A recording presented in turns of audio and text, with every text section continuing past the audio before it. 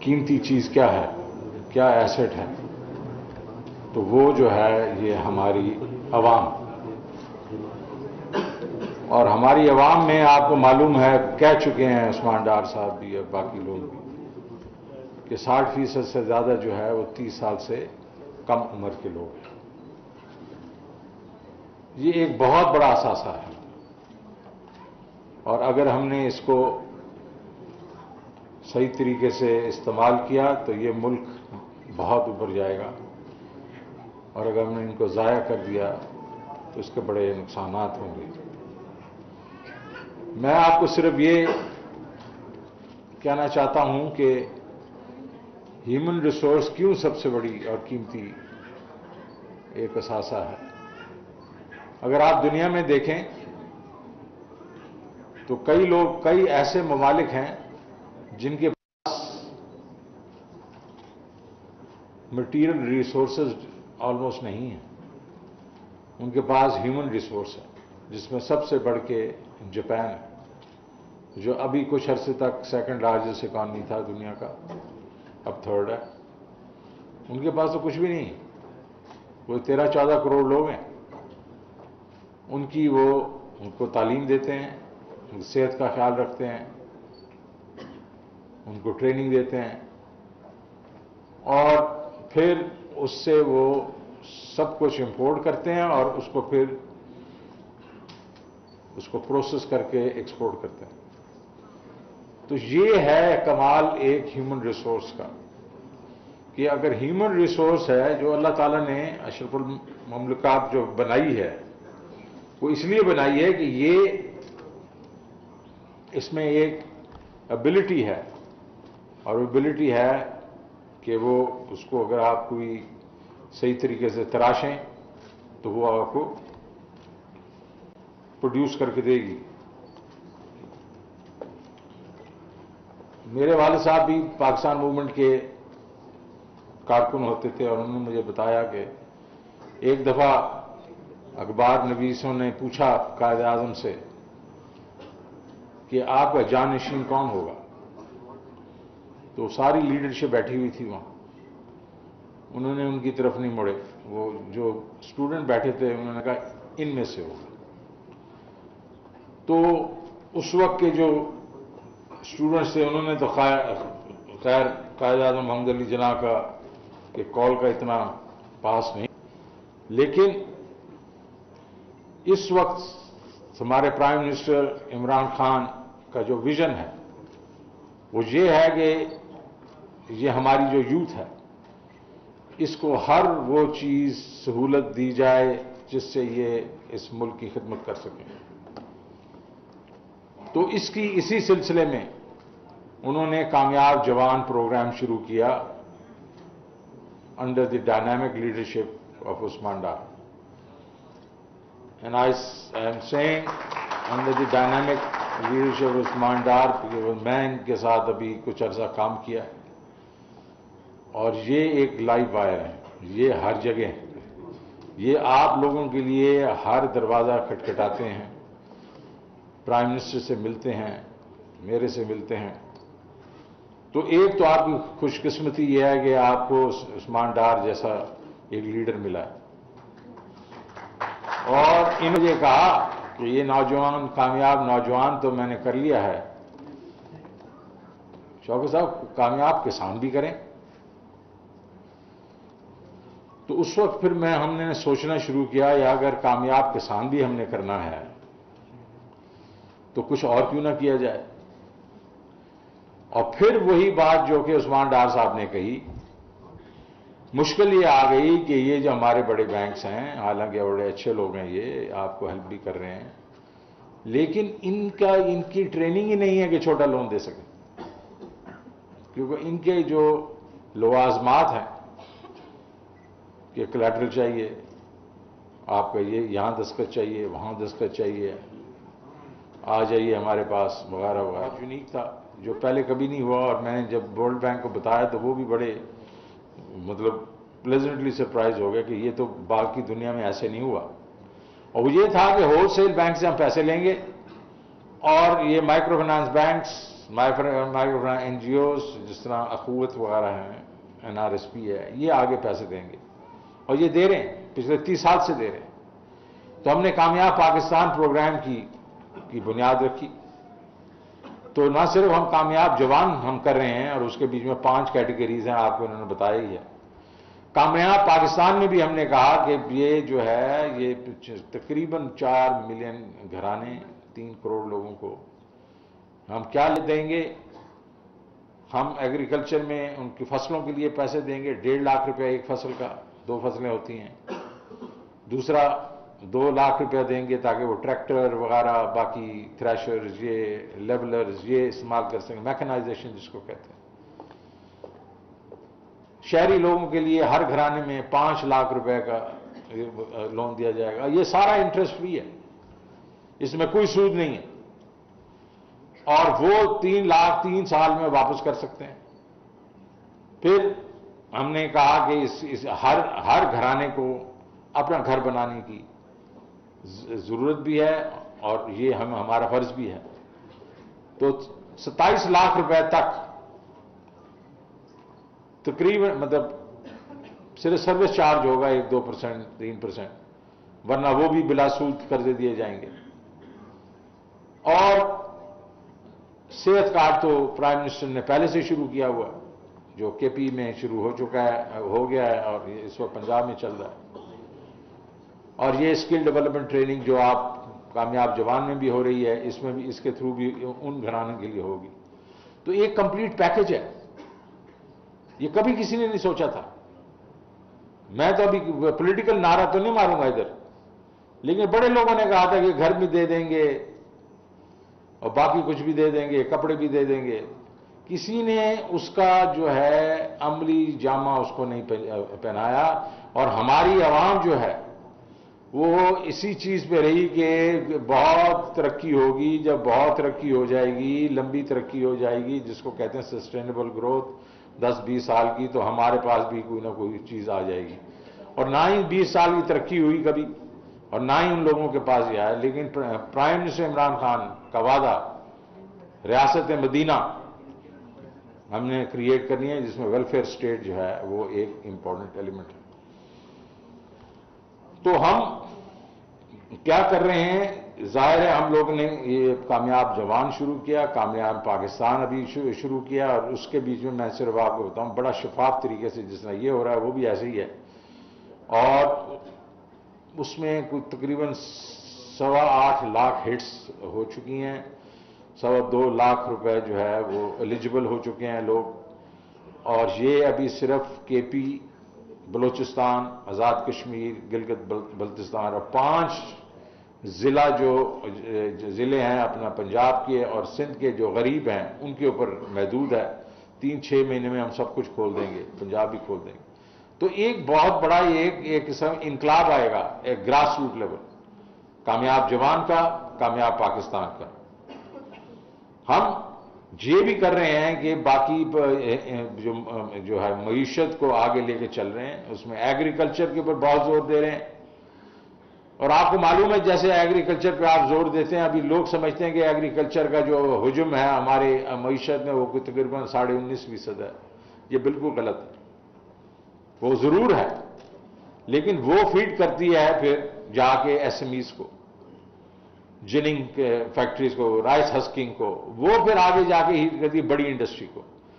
تو ہم نے یہ کیلکولیٹ کیا ہے کہ آپ کا یہ جو ایگریکلچر سے جو ایک قسم سے سفر شروع ہوتا ہے، یہ تقریباً 44 سے 50% جو ہے وہ کور کرتا ہے۔ تو اگر آپ لوگوں کو ہم نے اس راہ پہ لگا دیا تو ظاہر ہے آپ اب SME میں گھسیں گے، SME میں جائیں گے، کیونکہ یہ میں بھی ادھر کوئی ٹرانسپورٹ کہہ رہا ہے، یہ سب SME ہے، اور ہم نے ایگریکلچر SME کے اوپر زور دینا ہے۔ یہ کامیاب جوان، کامیاب پاکستان پہ تو زور دے رہے ہیں، لیکن بزنس میں بڑی جو صنعتیں ہیں ان کو تو ویسے ہی پیسے مل جاتے ہیں۔ 75% جو پیسے ہیں بینکوں کے وہ ان بڑی کارپوریٹ لون جس کو کہتے ہیں، SME جو ہے اس کو صرف 6 سے 7% ہے۔ تو اس پہ بھی ہم نے زور دینا ہے۔ کیوں؟ کیونکہ اس وقت تقریباً 40 لاکھ SME ہے پاکستان میں، اور صرف 1,70,000 لون ہیں۔ یہ بڑے شرم کی بات ہے. دنیا کے بیچ میں ایس ایم ایز جو ہوتے ہیں وہ بھی بیک بون ہوتا ہے. تو اس لیے جس طرح اپنا عثمان ڈار صاحب نے آپ کو کہا کہ ہم انشاءاللہ یہ بہت سہل بنائیں گے اس کو ایس ایم ای لونز کو, اور انشاءاللہ جو اور چیزیں ساتھ ساتھ چلیں گی. جو بات ہوئی ہے اس میں آئی ٹی ہے, بیکاز جو لوگ تعلیم حاصل کر لیتے ہیں ان کے لیے اس وقت ایک بہت بڑی اپرچونٹی ہے کہ ہم آئی ٹی میں, جس طرح بھی مجھے کہا گیا کہ 2,000 روپیہ کماتے ہیں ایک پروگرام کا, اور یہ دنیا میں بہت ہی اس وقت فقدان ہو گیا ہے لوگوں کا. تو ہم نے اس کے لیے بھی پیسے دیے ہیں آئی ٹی منسٹری کو.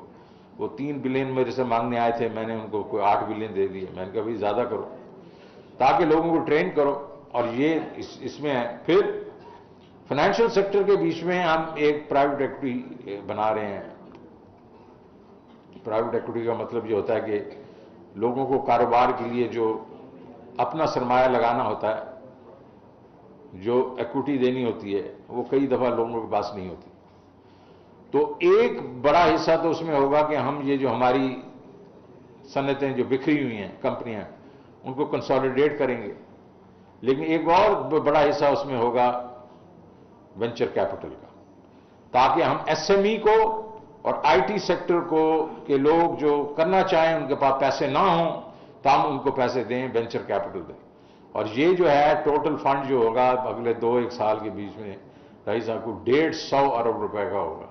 تو اس میں آپ دیکھیں نا کہ کتنی سہولت لوگوں میں ہو جائے گی. اب میں سمجھتا ہوں کہ یہ سارا کچھ ہم کریں, لیکن ہمارا مقصد کیا ہونا چاہیے؟ ایک فلاحی مملکت اور پاکستان کی جو جس کو آپ کہتے ہیں کہ لاسٹ اکنامک گلوری, اس کو واپس لے کے آنا. کیا تھی ہماری لاسٹ اکنامک گلوری؟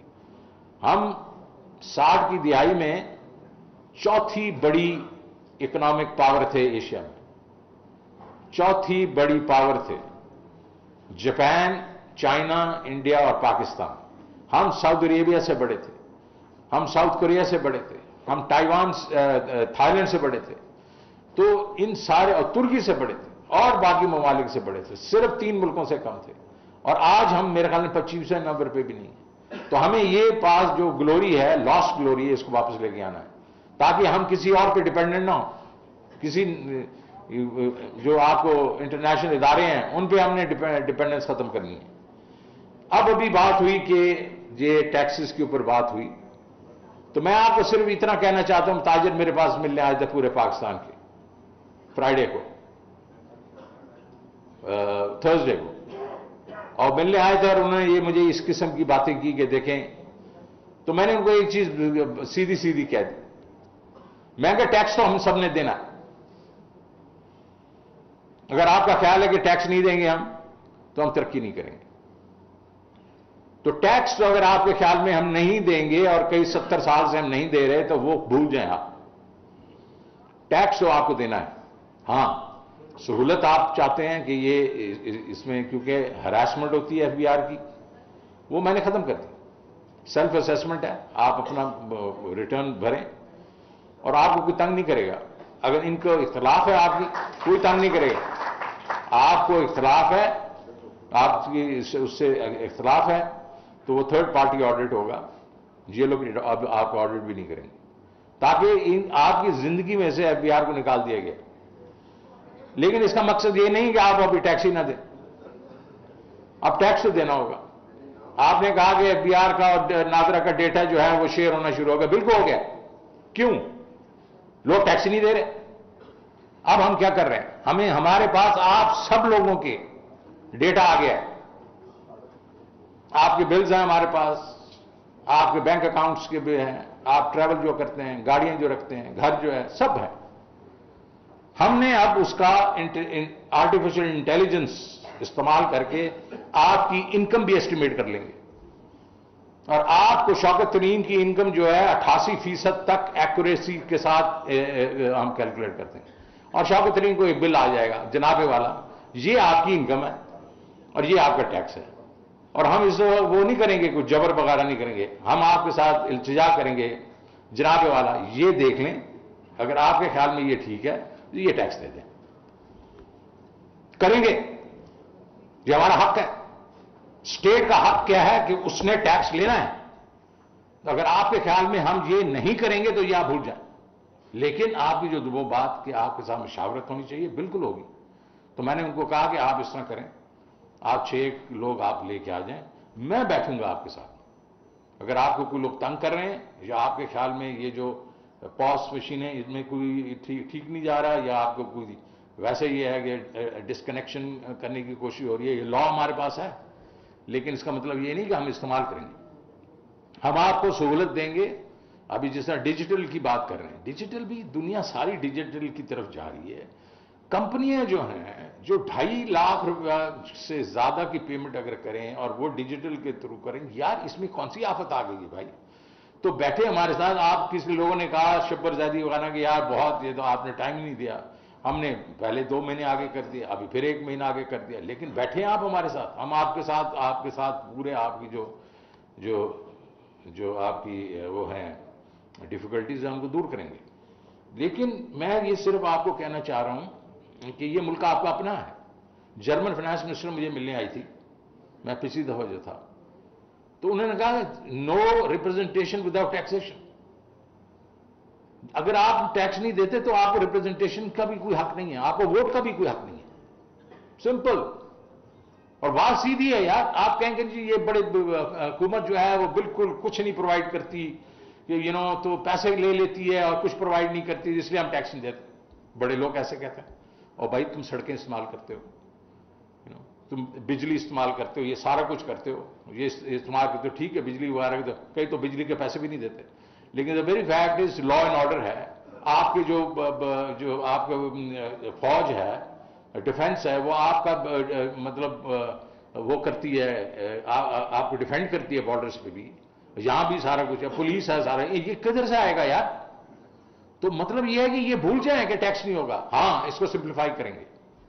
2 ٹیکس ہوں گے، ایک انکم ٹیکس ہوگا اور ایک کنزمپشن ٹیکس ہوگا، جس کو آپ جی ایس ٹی کہتے ہیں۔